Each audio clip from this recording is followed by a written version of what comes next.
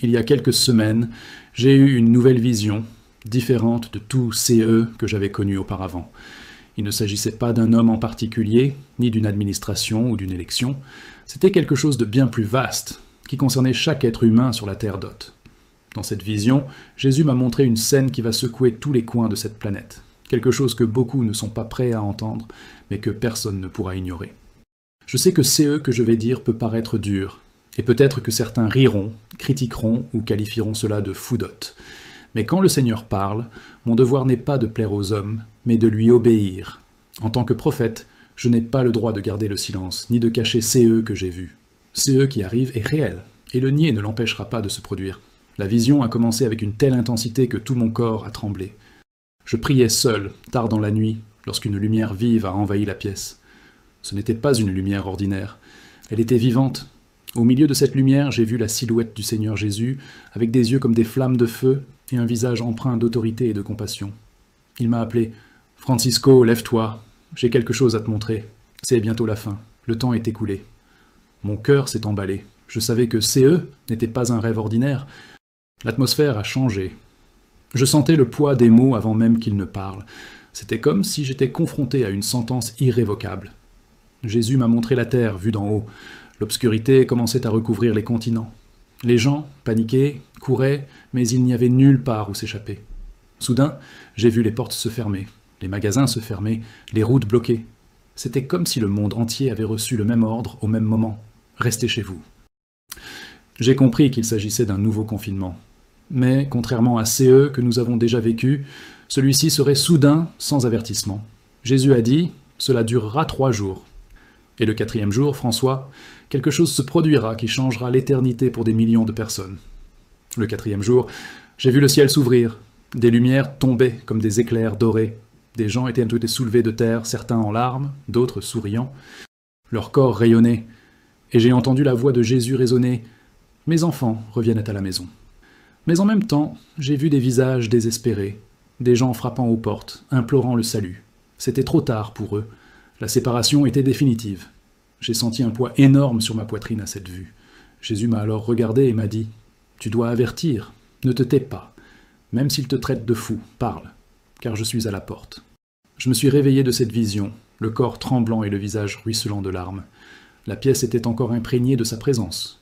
Je savais que cette vision était aussi réelle que l'attaque contre Trump, peut-être même plus. La différence, c'est que cette fois, ce n'est pas un avertissement adressé à une seule personne ou à un événement politique. C'est un avertissement adressé à tous les habitants de cette planète. Et si vous entendez cela maintenant, ce n'est pas une coïncidence. C'est parce que Dieu veut vous préparer. Les 3 jours viendront, le 4e aussi. Et lorsqu'il arrivera, il n'y aura pas de seconde chance. Après avoir repris mon souffle, je suis resté à genoux, demandant à Jésus de m'expliquer ce que j'avais vu. Il a commencé à me montrer des images, comme si j'assistais à une séquence d'événements sur Terre. J'ai vu un ciel changer de couleur, du bleu au rouge et au violet, comme s'il était enflammé. L'air était plus lourd, difficile à respirer.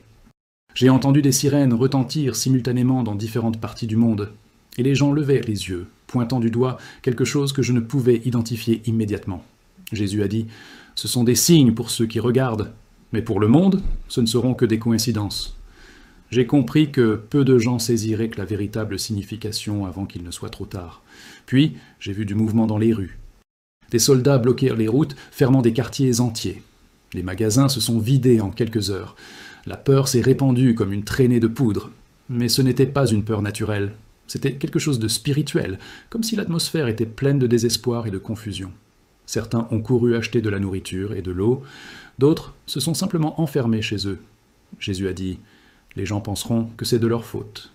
Mais je vous dis que c'est la permission du Père que ce qui est écrit s'accomplisse. » Mon cœur s'est serré, car je comprenais qu'il n'y avait pas de retour en arrière possible. Le temps pressait. Le 1er jour serait rempli de choc et de confusion. Les gens chercheraient encore à comprendre ce qui se passait. Certains penseraient qu'il s'agissait d'un nouvel exercice de contrôle, comme par le passé. Mais Jésus a dit « Le 2e jour, la peur les gagnera. Les familles seront divisées. Les uns accuseront les autres. L'amour se refroidira. J'ai vu des bagarres dans les rues, des voisins se dénoncer, et un étrange silence régnait dans les villes, comme si tout le monde attendait un malheur. Le 3e jour, le sentiment de lourdeur spirituelle s'est accru. L'obscurité semblait plus dense. C'est alors que j'ai compris. La séparation était imminente. Le 4e jour, la scène était différente de tout ce que j'avais imaginé. J'ai vu une immense lumière traverser le ciel d'est en ouest. Elle était si brillante qu'elle semblait transpercer l'air. Ceux qui portaient l'Esprit de Dieu en eux ont commencé à être attirés vers le ciel. Ce n'était ni une précipitation, ni une fuite. C'était comme si une force invisible les enveloppait et les soulevait doucement, mais avec urgence. J'ai vu des mères être enlevées et des enfants rester. J'ai vu des enfants monter et des parents rester. La douleur de CES séparation était indescriptible. Et Jésus a dit « L'enlèvement n'est pas un mythe, c'est la promesse qui s'accomplit maintenant. » Pendant ce temps, ceux qui restaient tombaient à genoux, désespérés, certains criant le nom de Jésus, d'autres blasphémant. J'aurais voulu leur crier de courir vers le salut, mais je comprenais que le temps de la décision était déjà passé. La paix qui enveloppait ceux qui montaient était à l'opposé de la panique qui s'emparait de ceux qui restaient. C'était la séparation finale, la moisson de tout ce que chacun avait semé dans sa vie. Jésus me regarda et dit « Tu as vu, maintenant va raconter. Il ne s'agit pas d'inspirer la peur, mais d'appeler à la repentance. Car il est encore temps, mais pas beaucoup. » À la fin de la vision, j'ai ressenti un tel poids que mes jambes pouvaient à peine me soutenir. J'ai passé des heures à pleurer, non pas par peur pour moi-même, mais pour les millions de personnes qui ne sont pas préparées. Je savais que, tout comme le rêve de Trump s'est réalisé, cette vision se réaliserait aussi. Peu importe leur moquerie ou leur incrédulité. Je préférerais être traité de fou et avoir quand même parlé, plutôt que de rester silencieux et de regarder des gens partir pour l'éternité sans Christ. Si vous m'écoutez, sachez ceci. Les signes sont déjà là. Et lorsque les 3 jours commenceront, il n'y aura pas de temps pour se préparer. La préparation, c'est maintenant. Lorsque la présence de Jésus s'est dissipée et que la pièce est redevenue normale, j'ai su que je devais m'assurer que ce n'était pas le fruit de mon imagination. La première chose que j'ai faite a été d'ouvrir ma Bible et de demander au Saint-Esprit de confirmer la vision.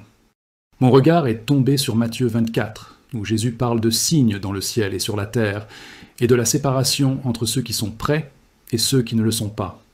Chaque verset semblait correspondre à ce que j'avais vu. Ce n'était pas une coïncidence.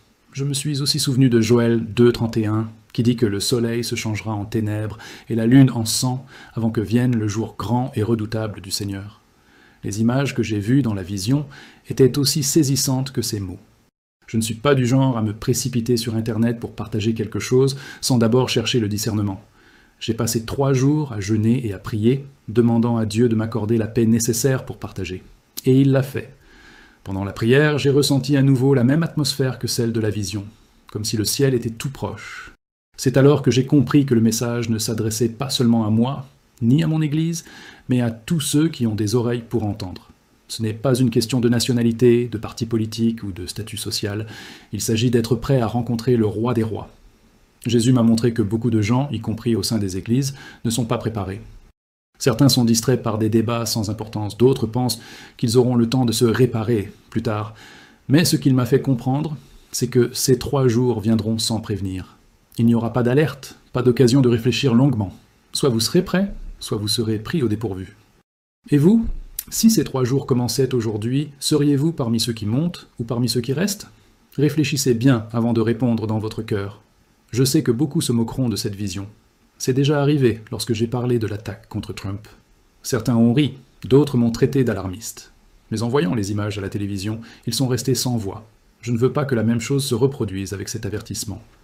Car lorsqu'il se réalisera, il n'y aura pas de temps pour changer de camp. Et le poids de cette vérité me pousse à m'exprimer, même si cela me coûte des amitiés, une réputation et du réconfort. Mieux vaut être rejeté par les hommes et approuvé par Dieu que l'inverse. Si vous me demandez comment vous préparer, je vous répondrai « Commencez dès aujourd'hui. Confiez véritablement votre vie à Jésus. Ne vous contentez pas d'assister à un culte, vivez en disciple. Lisez la parole chaque jour, priez, jeûnez, servez les autres et gardez votre cœur pur. Pardonnez. Abandonnez les pratiques qui, vous le savez, attristent le Saint-Esprit. Ce n'est pas une question de peur, c'est une question d'amour et d'obéissance. Car ceux qui aiment et obéissent sont déjà prêts pour l'enlèvement, que ce soit le 4e jour ou dès maintenant. Je ne connais ni le jour, ni l'heure. Personne ne le sait. Mais je sais que c'est proche. Jésus m'a montré que nous le sentons déjà dans l'air. C'est comme avant une tempête, quand le vent tourne et que le ciel s'assombrit. On pressent que quelque chose va se produire, même sans en connaître le moment précis. C'est comme ça, maintenant.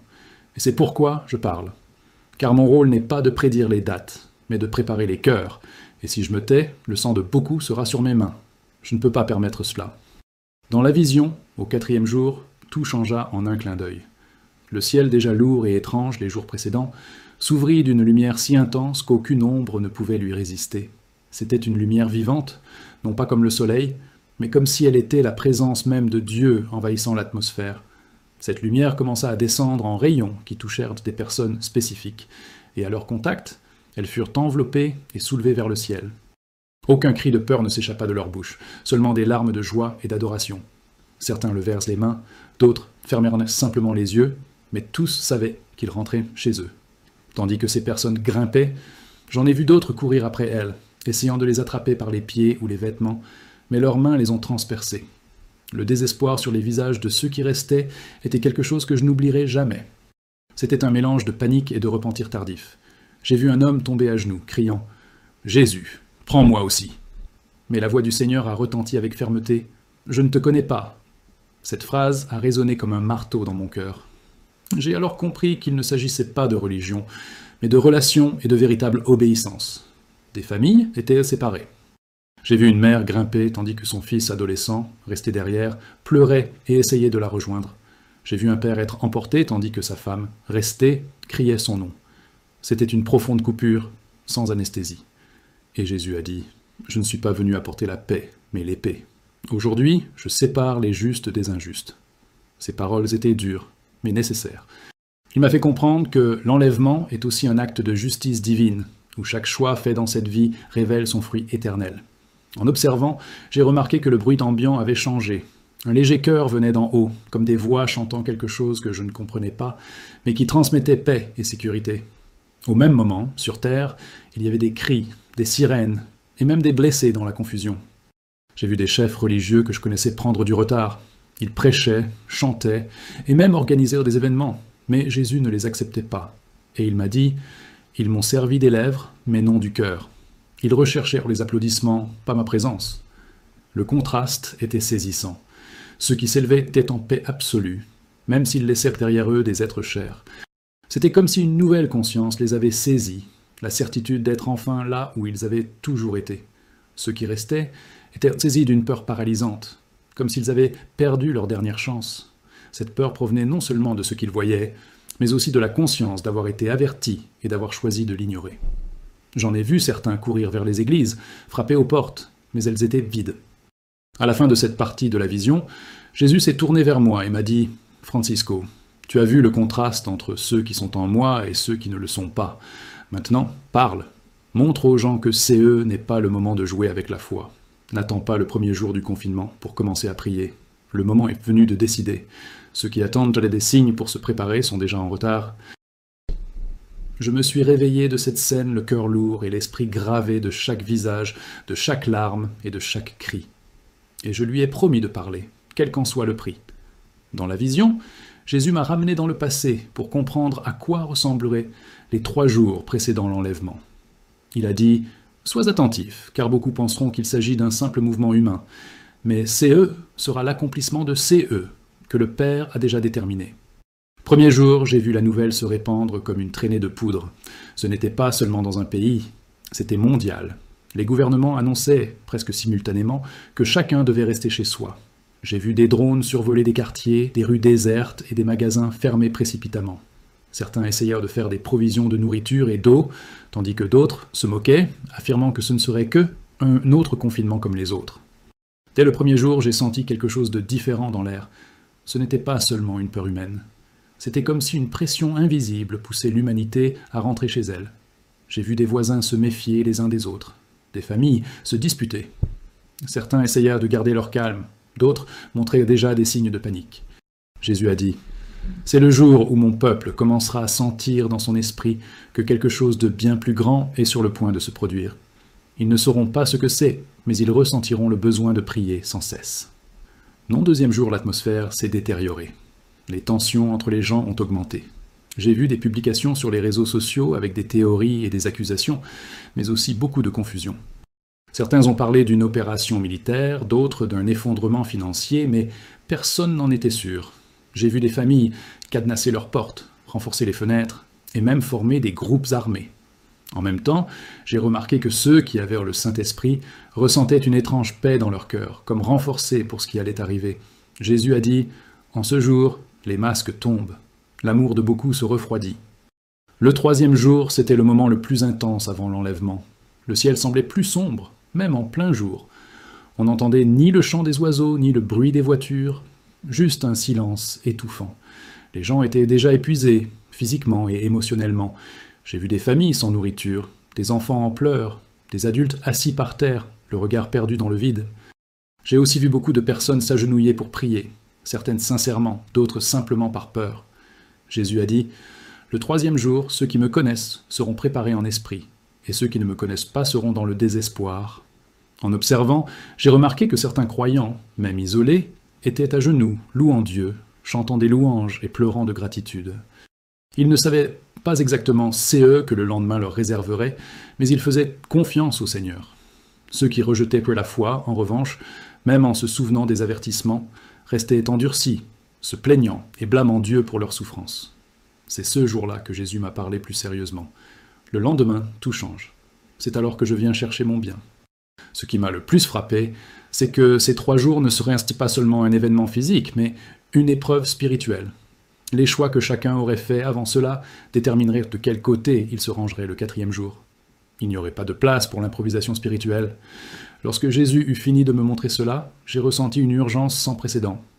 Je savais que je devais partager exactement que j'avais vus, car lorsque les portes se fermeraient et que les ordres seraient donnés, il serait déjà trop tard pour beaucoup. Il est temps de se préparer. Jésus m'a dit que, même si personne ne connaît le jour ni l'heure exacte, des signes clairs apparaîtront pour ceux qui sont attentifs. Il a dit « Beaucoup l'ignoreront, mais mes enfants sauront discerner l'heure. » Le premier signe que j'ai vu était dans le ciel. N'était pas un phénomène astronomique ordinaire. Le soleil semblait perdre son éclat naturel, et la lumière devenait plus orangée, presque comme si la planète était sous un filtre étrange. Les nuages formaient des motifs inhabituels, certains ressemblant à des spirales, d'autres à des vagues gelées. Quiconque a l'habitude de lever les yeux comprendra que quelque chose avait changé. Un autre signe que Jésus m'a montré était l'agitation mondiale. Pas seulement des conflits isolés, mais un sentiment collectif de tension. J'ai vu des manifestations émerger simultanément dans plusieurs pays, comme s'il y avait une indignation générale contre les dirigeants mondiaux. Parallèlement, j'ai vu des réunions secrètes entre les autorités, comme si elles préparaient quelque chose qu'elles ne voulaient pas révéler au peuple. Ce climat de méfiance grandissait, mais personne ne parvenait à en identifier la véritable cause. Pour ceux qui regardent, ce serait un signal d'alarme pour intensifier la prière. Le 3e signe était lié à la nature. J'ai vu des tremblements de terre dans des endroits qui n'avaient jamais été touchés auparavant. J'ai vu des mers se soulever sans raison apparente et des vents violents surgir soudainement dans des villes tranquilles. Ce n'étaient pas des catastrophes, mais suffisamment pour attirer l'attention. Jésus a dit « Quand la création se mettra à se mouvoir, comme dans les douleurs de l'enfantement, sachez que l'enfantement est proche. » J'ai compris que la planète elle-même réagissait à l'accomplissement prochain de la promesse. Le 4e signe était spirituel et ne pouvait être perçu par ceux qui n'étaient pas en communion avec Dieu. J'ai vu des croyants du monde entier avoir des rêves et des visions similaires, même sans se connaître.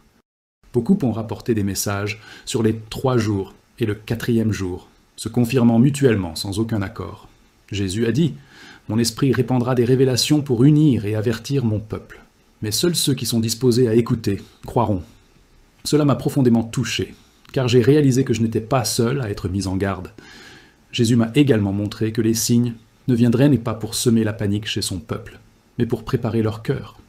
Il a dit « Mes enfants ressentiront la paix même en voyant ces choses. Ils sauront que la rédemption est proche, mais ceux qui ne me connaissent pas ressentiront la peur et la confusion, car ils ne comprendront pas ce qui se passe. Cette différence sera évidente. Tandis que certains courront faire des provisions et se cacher, d'autres seront à genoux, remerciant et louant Dieu. » Finalement, Jésus a dit quelque chose qui résonne en moi chaque jour. N'attendez pas que le monde confirme que j'ai dit. Ils se moqueront, ils essaieront de l'expliquer par la science et la politique. Mais ceux qui connaissent ma voix sauront qu'il est temps de se préparer. Et c'est pourquoi je parle. Non pas pour effrayer, mais pour avertir. Car lorsque les 3 jours commenceront, il n'y aura plus de temps pour une foi improvisée. Le moment est venu de chercher, de vous sanctifier et d'aligner votre vie sur Dieu avant que les signes ne deviennent réalité sous nos yeux. Avez-vous observé l'un de ces signes autour de vous? Si oui, faites-le nous savoir dans les commentaires afin que d'autres puissent également être vigilants. Dans la vision, Jésus m'a emmené au moment où le premier jour allait commencer. Il m'a dit « Fais attention, François, car CE sera ainsi, et beaucoup ne se rendront pas compte que c'est le commencement. » J'ai vu une journée apparemment ordinaire. Les gens allaient au travail, les enfants à l'école, les magasins ouverts, la circulation normale. Mais au milieu de cette routine, une vague d'informations est arrivée. J'ai vu des gens se disputer sur le parking, des familles se précipiter pour verrouiller leurs portes. Dans les rues, policiers et militaires ont commencé à apparaître dirigeants et, dans certains cas, forçant les gens à rentrer chez eux. J'ai vu des regards effrayés, des mains tremblantes alors qu'ils fermaient fenêtres et portails. Jésus a dit, en ce temps-là, les cœurs de beaucoup seront révélés. J'ai vite compris qu'il y avait deux atmosphères distinctes. Pour ceux qui connaissent Dieu et vivent en communion, la paix régnait, même au cœur de l'incertitude. Ils comprenaient, dans leur esprit, que c'était un signe et se mirent à prier. Mais pour ceux qui vivaient loin de Dieu, la peur s'installait comme une ombre. Certains essayaient de se distraire avec des films et de la musique. D'autres ne pouvaient s'empêcher de regarder les informations. Le silence entre les nouvelles était étouffant. C'était comme attendre quelque chose que tout le monde ressentait, mais que personne ne pouvait expliquer. Jésus m'a montré que, spirituellement, les anges étaient en mouvement, encerclant les maisons de ses élus. J'ai aussi vu des démons rôder, cherchant à semer la panique et la confusion, surtout dans l'esprit de ceux qui avaient entendu parler du Christ, mais ne s'étaient jamais soumis à lui. C'était comme si un champ de bataille invisible s'était formé au-dessus de chaque ville. Les rues désertes n'en étaient que la partie visible. Dans le monde spirituel, une guerre intense faisait rage à cet instant précis. Au fil des heures, le monde s'est calmé. Moins de bruit de voitures, moins de mouvements. Les gens se retiraient, mais il n'y avait pas de répit. C'était un silence troublant, comme celui d'une tempête sur le point d'éclater. J'ai vu des familles rassemblées, certaines en prière, d'autres le regard perdu dans le vide.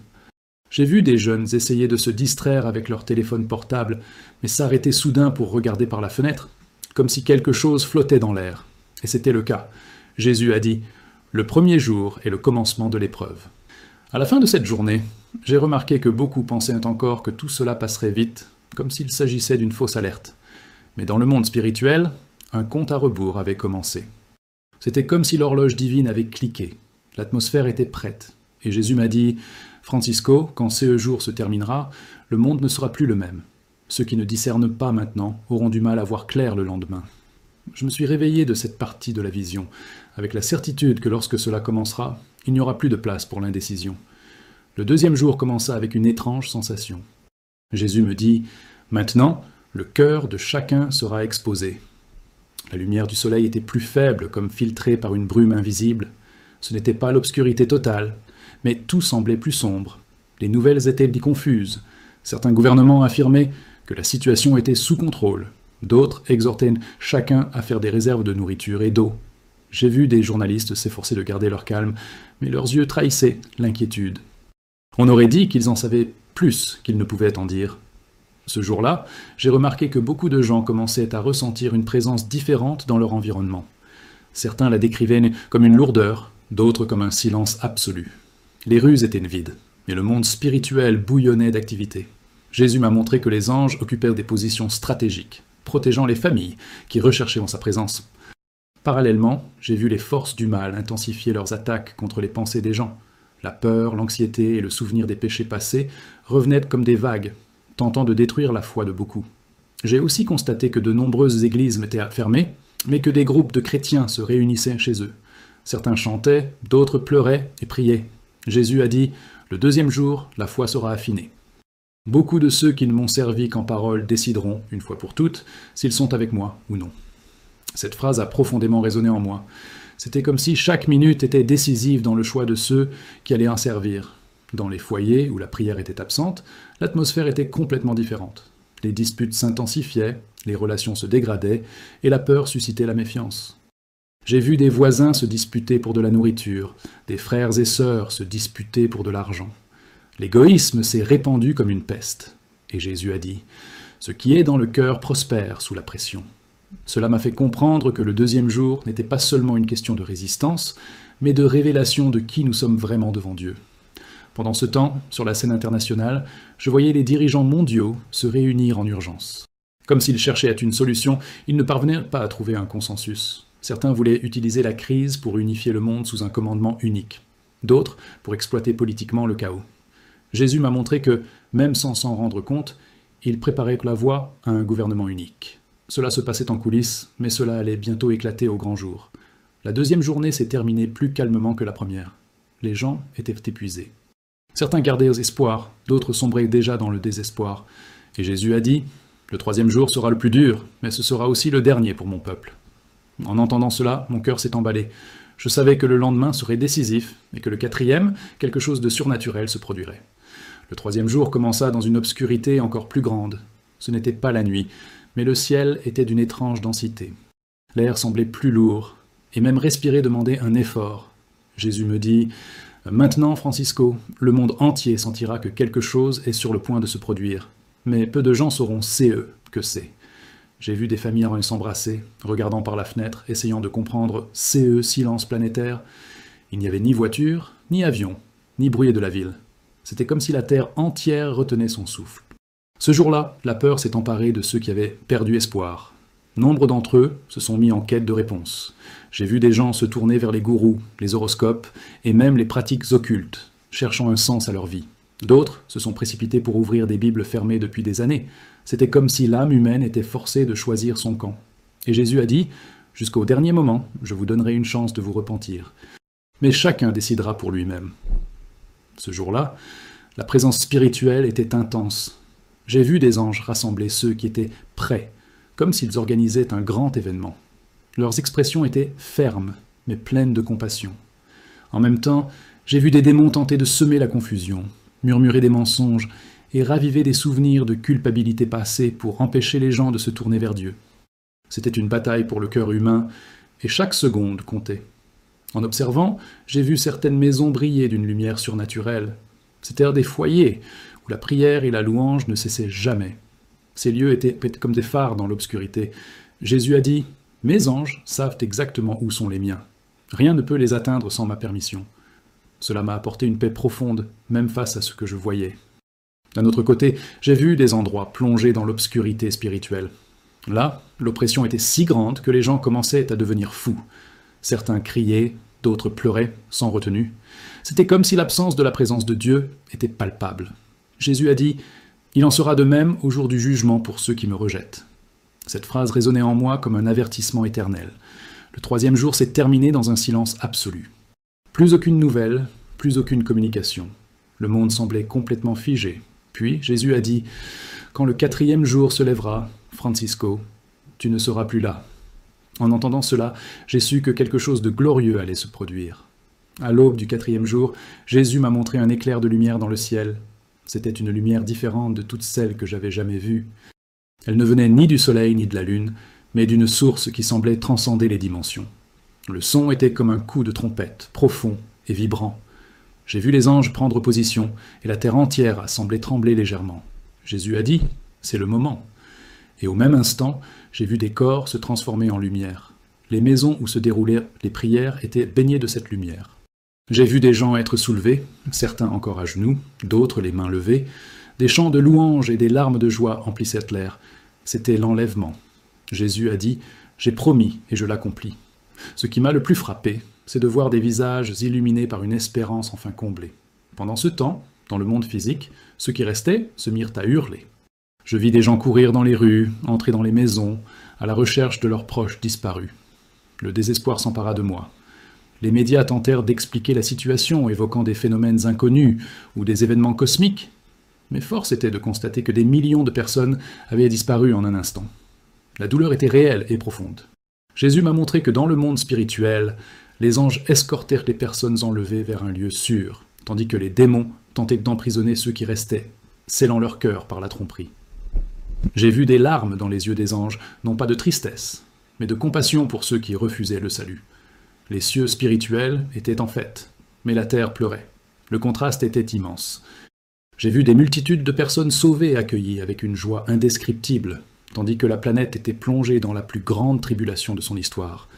Jésus a dit « Maintenant commence ce que mes prophètes ont prédit depuis des siècles. » J'ai compris que le compte à rebours était terminé. Cette partie de la vision m'a fait comprendre que l'enlèvement n'est pas seulement un événement pour les croyants, mais aussi un jugement pour le monde. Et Jésus m'a dit, c'est pourquoi, parle, avertis pendant qu'il est encore temps. Je savais que CE message devait être partagé de toute urgence. Quand la vision prit fin, je me retrouvais dans ma chambre. Le silence était réel, mais différent de CE que j'avais vu. Mon cœur battait fort et des larmes coulaient, sans que je m'en rende compte. Je savais que CE n'était pas un rêve, mais une révélation. Jésus m'avait confié quelque chose qui devait être dit, même si beaucoup se moquèrent de moi. J'ai passé des heures à prier, demandant à Dieu de me donner du courage. Il m'a rappelé le rêve que j'avais fait il y a des années concernant la tentative d'assassinat contre Donald Trump, qui s'est réalisée et a été mondialement connue. À l'époque, beaucoup en doutaient, mais ont plus tard reconnu sa réalité. Jésus a dit « De même que je parle en CE, jour-là, je parle pour que vous l'annonciez avant qu'il n'arrive. » Cela m'a donné la force d'écrire et de consigner CE témoignage. Je sais que beaucoup tenteront de l'expliquer scientifiquement ou diront que CE n'est qu'une théorie de plus. Mais pour ceux qui connaissent la voix du Seigneur, CE sera un signal d'alarme. Le monde n'est pas préparé à 3 jours comme celui-ci, et encore moins à CE qui suivra. Jésus a dit que CES jour serait déterminant. Soit on est avec lui, soit on est contre lui. Il n'y aura pas de juste milieu. J'ai décidé de partager chaque détail, même les plus effrayants, car je sais que certaines personnes peuvent encore changer leur histoire. Certains entendront et se prépareront, d'autres riront et oublieront. Mais mon rôle est d'avertir, et je l'ai fait. La responsabilité incombe désormais à chacun qui écoute. Quand je pense à cette vision, je ne ressens pas de peur, mais une urgence. Une urgence de prier davantage, de vivre une vie plus sainte, de pardonner et de demander pardon. Une urgence de partager Jésus avec ceux qui ne le connaissent pas encore, car lorsque CES jours commenceront, chaque seconde sera précieuse. Et Jésus m'a dit, pour la dernière fois, ce matin-là, dis-leur que je suis à la porte. Cette phrase ne me quitte plus. Et je te la répète maintenant, il est à la porte. Es-tu prêt? Si vous avez écouté CE témoignage jusqu'ici, j'aimerais vous poser une question sérieuse. N'ignorez pas CE message. Partagez-le avec votre famille, vos amis et vos proches. Ils riront peut-être maintenant, mais le jour venu, ils se souviendront que quelqu'un les a mis en garde. Et c'est peut-être CE qui les poussera à chercher Dieu. Abonnez-vous à la chaîne pour continuer à recevoir des alertes comme celle-ci. L'important n'est pas le nombre, mais de toucher le plus de personnes possible avant qu'il ne soit trop tard. Chaque commentaire, like ou partage permet à CE message d'atteindre des endroits que je n'aurais jamais pu atteindre seul. Vous pouvez être le pont qui sauve quelqu'un. N'attendez pas que les choses empirent avant de décider de chercher Dieu. Commencez dès maintenant. Lisez la Bible, priez, demandez pardon pour vos péchés et confiez votre vie à Jésus. Il ne vous appelle pas à une religion, mais à une vraie relation. Il veut être avec vous, non seulement dans CES moments difficiles, mais pour l'éternité. Si vous avez ressenti quelque chose de différent en écoutant CE témoignages, ne l'ignorez pas. C'est le Saint-Esprit